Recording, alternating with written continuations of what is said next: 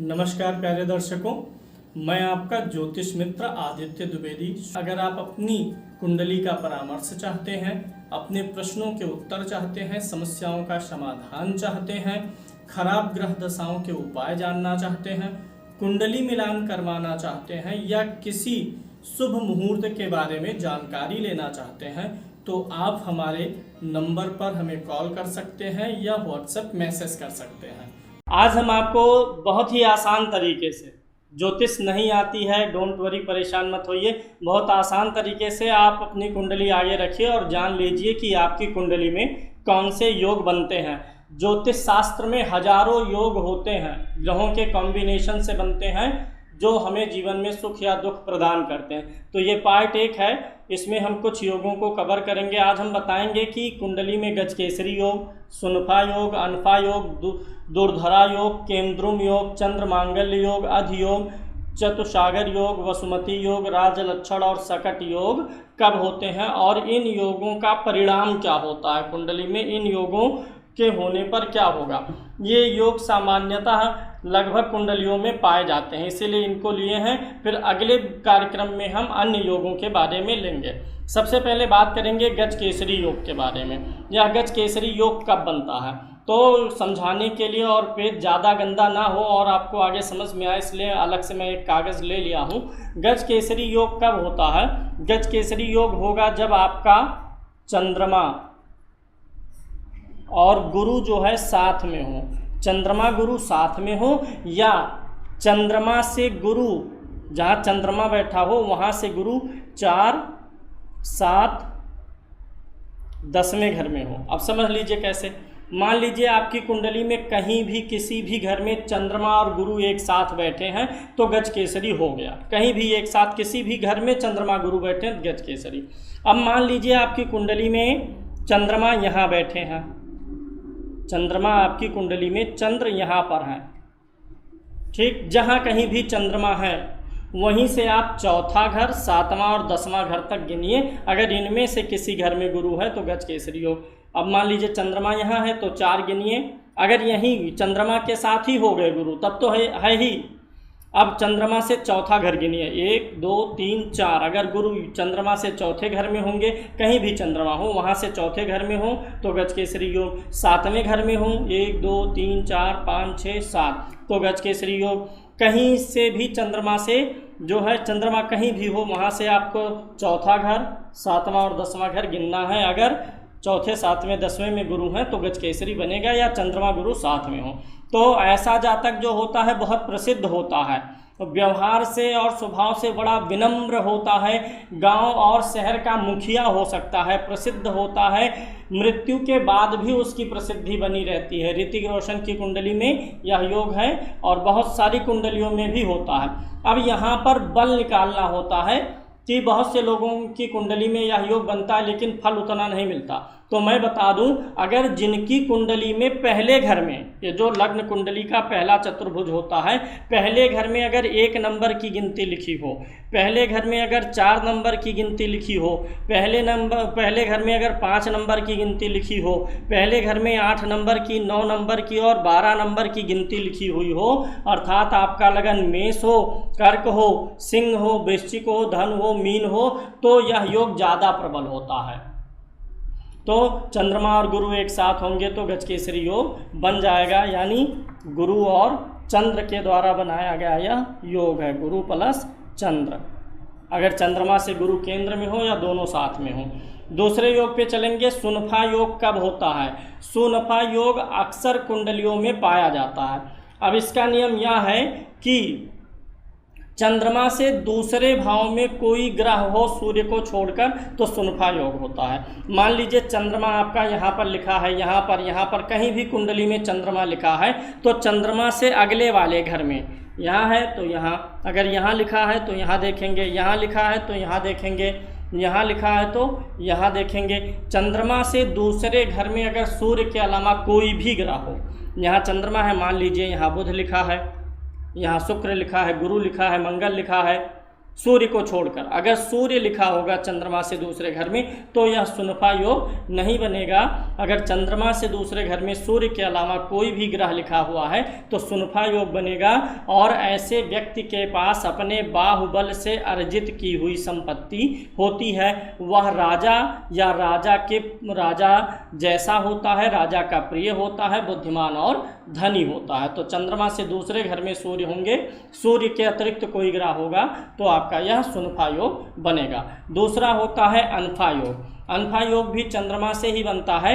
जहाँ चंद्रमा लिखा गया है उसके पीछे वाले घर में, अर्थात चंद्रमा से बरहमे, मान लीजिए चंद्रमा यहाँ पर लिखा गया है तो चंद्रमा से बरहमा ये होगा पीछे, क्योंकि कुंडली हमेशा ऐसे आगे चलती है।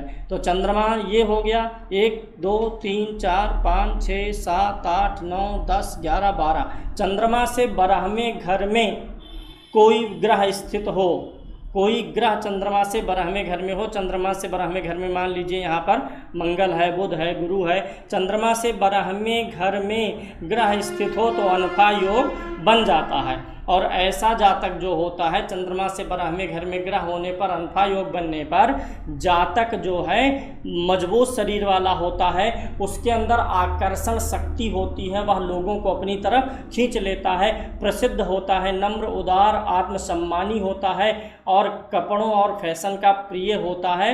और जीवन के अंतिम काल में ऐसा व्यक्ति जो है ईश्वर आराधना में अवश्य संलग्न होता है चंद्रमा से बरहमे कोई ग्रह होने पर। अगला योग बनेगा दुर्धरा योग। दुर्धरा योग भी अक्सर कुंडलियों में पाया जाता है। दुर्धरा योग कब होता है? यह भी चंद्रमा से ही संबंधित है। जहाँ पर भी चंद्रमा स्थित है कुंडली में, चंद्रमा के आगे वाले घर में और पीछे वाले घर में अगर ग्रह हो तो दुर्धरा योग बनता है। अब मान लीजिए इस कुंडली में, आप जो कुंडली आपके सामने है, मान लीजिए चंद्रमा यहीं दशम में है, 12 में है, चौथे, कहीं भी है, किसी भी घर में है, अगर चंद्रमा से आगे वाले घर में ग्रह हो, कोई भी ग्रह हो, मैं यहाँ बुध लिख रहा हूँ लेकिन कोई भी ग्रह हो, चंद्रमा से आगे वाले घर में ग्रह हो और चंद्रमा से पीछे वाले घर में भी ग्रह हो तो ये दुर्धरा योग बन जाता है, अर्थात चंद्रमा के दोनों तरफ ग्रह होना चाहिए। तो ऐसा जातक जो है बहुत ही सुंदर होता है और उसके पास काफ़ी धन और सवारियाँ होती हैं, उसका मन हमेशा प्रसन्नचित्त रहता है। तो दोनों तरफ ग्रह होने से दुर्धरा योग बनता है। अगला योग होता है केंद्रुम योग। केंद्रुम योग को अशुभ माना जाता है। केंद्रुम योग क्या है? कहीं भी जहां आपकी कुंडली में चंद्रमा लिखा हो, कहीं भी जहां चंद्र लिखा हुआ है, चंद्रमा के आगे वाले घर में और पीछे वाले घर में कोई ग्रह ना हो, राहु केतु की गिनती नहीं करेंगे इसमें। अगर चंद्रमा के आगे कोई ग्रह ना हो, पीछे कोई ग्रह ना हो, यानी चंद्रमा अकेले हो, एकांत में पड़ गया हो, उसके दाएं बाएं ग्रह ना हो तो केंद्रुम योग हो जाता है। केंद्रुम योग वाला जो होता है, यह जातक जो है अक्सर मानसिक पीड़ा, जल्दी दुखी हो जाने वाला, जरा जरा सी बात पर दुखी हो जाने वाला, दुख व्यक्त करने वाला, परिश्रम और आशावादी नहीं होता है, निराशावादी होता है, दूसरों पर निर्भर रहने का प्रयास करता है, गरीबी का रोना रोता रहता है। तो चंद्रमा के अगर दोनों तरफ कोई ग्रह नहीं है तो यह जो है केंद्रुम योग बनता है। अब मान लीजिए जहाँ चंद्रमा लिखा है उसी के ठीक 7वें घर में, 1 2 3 4 5 6 7, 7वें घर में सूर्य लिखा हो, अर्थात चंद्रमा में पूर्ण उज्ज्वलता आ जाएगी, पूर्णिमा के आसपास का जन्म हो। अगर पूर्णिमा के आसपास का जन्म है तो यानी चंद्रमा से 7वें घर में सूर्य है तो केंद्रुम योग भंग हो जाएगा। ऐसा जातक राजा होता है, तब भले ही कोई ग्रह ना हो, चंद्रमा अगर पूर्ण किरणों से उज्ज्वल हो जाता है तो राजयोग कारक हो जाता है। तो ये हुआ आपका केंद्रुम योग। अब चंद्रमांगल योग की बात करते हैं। कुंडली में किसी भी घर में, यहाँ वहाँ यहाँ किसी भी घर में अगर चंद्रमा और मंगल की युति हो जाए, कौन कौन से ग्रह साथ आ जाएं? चंद्र ग्रह के साथ में मंगल आ जाए, चंद्रमा और मंगल की युति हो जाए तो उसे चंद्र मंगल योग बोलते हैं। ऐसा व्यक्ति जो है माता को कष्ट देता है, ऐसा व्यक्ति जो है अपनी माता का सम्मान नहीं करता है, ऐसा व्यक्ति स्त्रियों के साथ दुर्व्यवहार करने वाला होता है और गलत साधनों से आमदनी करता है, गलत चीज़ों से पैसे कमाने का प्रयास करता है। दारू शराब आदि का व्यवसाय करे और स्त्रियों का अपमान करने वाला हो जाता है। लेकिन अगर यह चंद्र मंगल योग में से कोई ग्रह बलवान हो, अर्थात मान लीजिए चंद्रमा और मंगल एक साथ हैं और जो ये चंद्र मंगल योग बन रहा है यह गुरु के घर में बन जाए, 9 और 12 नंबर की गिनती पर बन जाए, तो गुरु से लोग डरते हैं, अनुशासन में रहते हैं, तब ये योग अच्छा माना जाता है। अगर चंद्र मंगल योग 9 नंबर और 12 नंबर की गिनती पर कहीं बना हो। वैसे चंद्र मंगल योग धन के लिए अच्छा होता है, गलत तरीके से धनार्जन करवाता है और स्त्रियों से बुरा व्यवहार करवाता है, माता को भी कष्ट दिलवाता है। अगला योग आप देख रहे हैं यहाँ पर लिखा है अधियोग। अधियोग कब होता है कुंडली में? यह भी जो है सुंदर योग बनता है। अधियोग कब होगा? जब आपकी कुंडली में चंद्रमा जहाँ पर स्थित है, मान लीजिए चंद्रमा यहाँ पर है, चंद्रमा जहाँ पर स्थित है उससे 6वें 7वें और 12वें घर में, चंद्रमा जहाँ पर है चंद्रमा से 6वें घर में और 7वें घर में और 12वें घर में कोई शुभ ग्रह हो, यानी चंद्रमा यहाँ पर है तो चंद्रमा से 6वां गिन लीजिए, कहीं भी चंद्रमा आपका हो कुंडली में वहीं से 6 तक गिनिए, 1 2 3 4 5 6, चंद्रमा से 6वें में शुभ ग्रह हो। शुभ ग्रह कौन से हो जाएंगे? बुध हो जाएगा, शुक्र हो जाएगा और क्या हो जाएगा? गुरु। यानी चंद्रमा से 6वें घर में 1 2 3 4 5 6, 6वें घर में बुध हो, शुक्र हो, गुरु हो, तो यह योग आपकी कुंडली में अधियोग बनेगा। चंद्रमा से 7वें में 1 2 3 4 5 6 7, 7वें में बुध शुक्र गुरु हो, चंद्रमा से 12वें में अर्थात ठीक पीछे 1 2 3 4 5 6 7 8 9 10 11 12, चंद्रमा से 12वें में बुध हो गया, शुक्र हो गया, गुरु हो गया, तो आपका यह अधियोग बनता है। अधियोग वाला जातक नम्र होता है, विश्वास पात्र होता है, उसका जीवन खुशहाल होता है, ऐश आराम की सभी वस्तुएं उसे मिलती हैं, उसका स्वास्थ्य अच्छा होता है और आयु लंबी होती है, मतलब एक अच्छा जीवन, एक सुखी संपन्न जीवन यापन करता है। तो अधियोग हो गया। चतुसागर योग सुंदर योग होता है, राजा बना सकता है यह योग। चतुसागर योग कब होता है? देखिए आपकी ये कुंडली है, ठीक, लग्न कुंडली के नीचे ये आपका होता है पहला घर, ये जो पहला चतुर्भुज है ये आपका पहला घर है। पहला, फिर चौथा 1 2 3 4, चौथा, फिर 7वां 5 6 7, फिर 10वां 8 9 10, यानी जो आपकी कुंडली में पहला घर है, चौथा घर है, 7वां घर है और 10वां घर जो होता है ये इसको केंद्र बोलते हैं। देखिए ये बीच में होता है, ये जो है 2 घरों के बीच में है, 2 घरों के बीच में ये है, ये 2 घरों के बीच में नहीं है, किनारे पड़ गया। देखिए यहाँ किनारे, यहाँ किनारे, यहाँ जो केंद्र है ये किनारे नहीं पड़ता, बीच में। 7वां घर केंद्र है, केंद्र माने मध्य, बीच, तो ये इसके और इसके बीच में है। तो पहला, चौथा, 7वां और 10वां घर जो होता है केंद्र होता है। अगर केंद्र स्थानों में ग्रह हों, चारों केंद्रों में ग्रह हों, पहले घर में, चौथे, 7वें और 10वें, इन चारों घरों में कोई ना कोई ग्रह हो तो चतुसागर योग बनता है। और अगर इनमें से कोई 1 2 ग्रह उच्च के हो जाए तब तो सोने पे सुहागा हो जाता है। अगर पहले, चौथे, 7वें, 10वें घर में कोई ग्रह है, यानी चारों केंद्रों में ग्रह स्थित हो, कोई केंद्र खाली ना हो, तो जातक बहुत प्रसिद्ध होता है, शासक या राजा के बराबर होता है, दीर्घायु संपन्न होता है, बच्चे उत्तम होते हैं, स्वास्थ्य अच्छा होता है और दूर दूर देशों की यात्रा करता है, हवाई यात्राएं, विदेश यात्राएं उसको बनती हैं। वसुमती योग के बारे में बात कर लेते हैं। वसुमती योग कब बनता है? वसुमती योग बनेगा आपका, यह भी जो है चंद्रमा से ही बनता है, लग्न से भी बनता है। जहाँ कहीं भी आपकी कुंडली में चंद्रमा लिखा हो, मान लीजिए यहाँ है, यहाँ है, यहाँ है, कहीं भी चंद्रमा है, चंद्रमा से गिनेंगे तो चंद्रमा से 3रे घर में, चंद्रमा से 6वें घर में, चंद्रमा से 10वें घर में या चंद्रमा से 11वें घर में शुभ ग्रह स्थित हों तो वसुमती योग होता है। शुभ ग्रह कौन कौन से? यही 3 ग्रह, बुध शुक्र गुरु।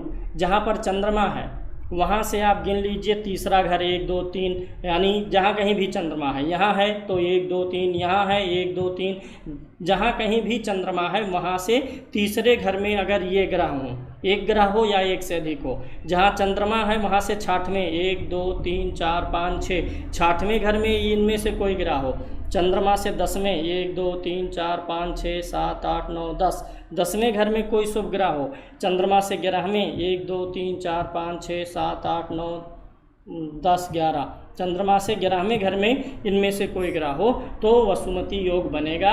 ऐसा जो होता है जातक दूसरों के ऊपर निर्भर नहीं होता है, स्वयं अगर अनपढ़ भी हो, गंवार भी हो, तो भी बहुत ही धन कमाता है, स्वयं के बाहुबल से शून्य से शिखर तक पहुंचता है। अगर उसको कोई भी चीज़ पैतृक रूप से ना मिला हो तो भी घर वाहन सब प्रकार से सुखी होता है। ये जो वसुमती योग है चंद्रमा से, आपको तीसरे, छठवें, 10वें घर में इन तीनों में से कोई ग्रह देखना है। तो यह वसुमती योग लगन से भी बनता, अर्थात पहले घर से। अगर पहले घर से भी तीसरे, छठवें, 10वें, 11वें में कहीं बुध, शुक्र, गुरु होगा, पहला घर यही है, यहाँ से अगर तीसरे में, छठवें में, 10वें में, 11वें में कोई ग्रह होगा तो यह योग बनेगा। मेरी कुंडली में बना हुआ, मेरी लगन ये है तो मेरी कुंडली आप लोगों ने देखा होगा तो गुरु यहाँ पर लिखा हुआ है और बुध 11वें घर में है, तो यानी 10वें और 11वें घर में ये योग बनता है वसुमती योग मेरी कुंडली में। मतलब एग्जाम्पल के लिए चंद्रमा से लग्न से